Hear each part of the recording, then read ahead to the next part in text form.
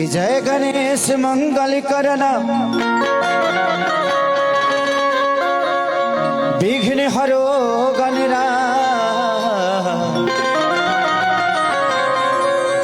एक दंत करी वरवदना सिद्ध करो मौका।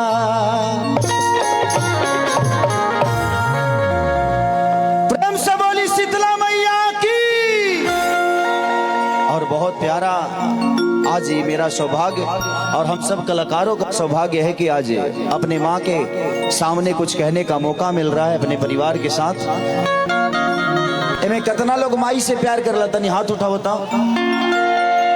वाह, थैंक यू। और कितना लोग मेहरारू से करेला।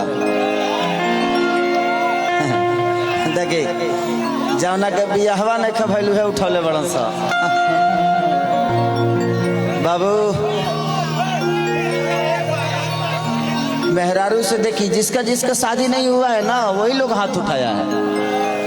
जहिया मेहरारू आ जाई वो दिन तोहरो मोह खत्म हो जाई।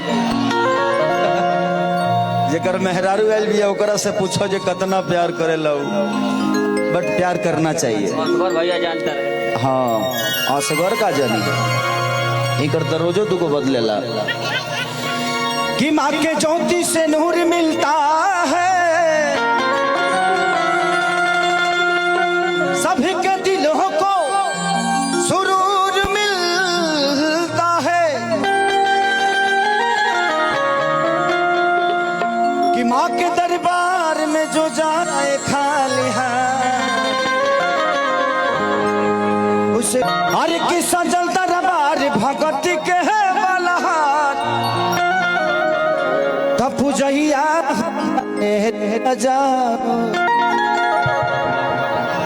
काहे अप डाउन करता हो? बताओ तरह से को माइक निके संभरा तो हर मेहरारू कैसे संभराई?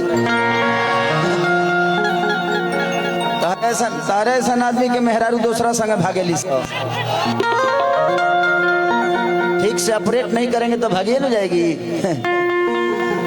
1 2 1 2 3 4।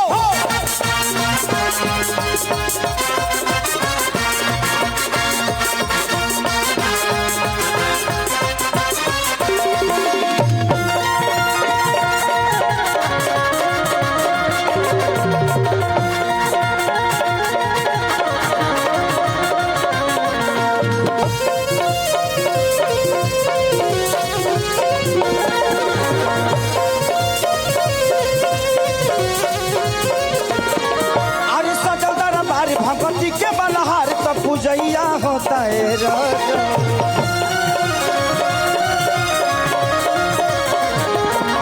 अरे सजल दरबार भगवती के बलहार तब पूजैया होता है। ये यूट्यूब वाले भाई आप लोग लोकल हैं, आगे बढ़ लो। तुलो हर जही बरा मैं तुलो हमरा के घरों में ठीक से ना गावे दे, कहीं फ्री होके ना गा सकेला न आदमी।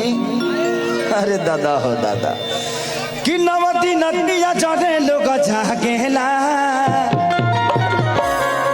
तो माइके लागल बावे, माइके लागल बावे, माइके लागल बावे निमिया पझुलुआ बल में हवा झुर झुर लागेला।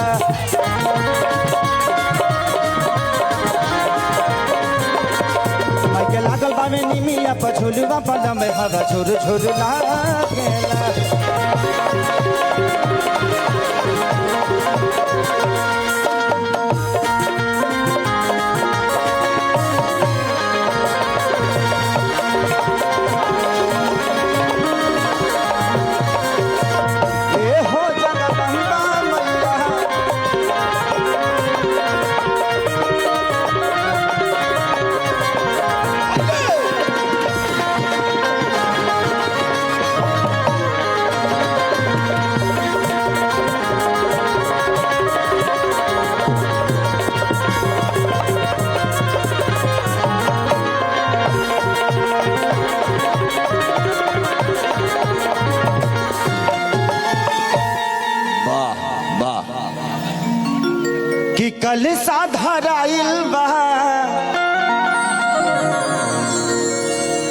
कि आई लड़हुल फूल हो डेली आशीर्वाद जी मैया जी झूल झूल हो कि कल साथ आई लड़हुल फूल हो देवी माई देली आशीर्वाद झूल झूल हो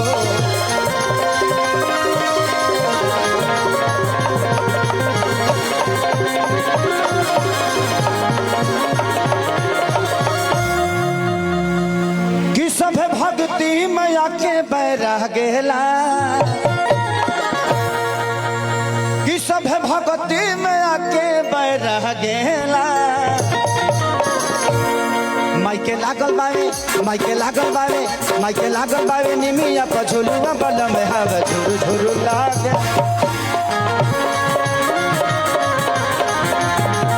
माइके लागल बावे निमिया पर झुलुआ बलम हवा झुरु झुरु लागे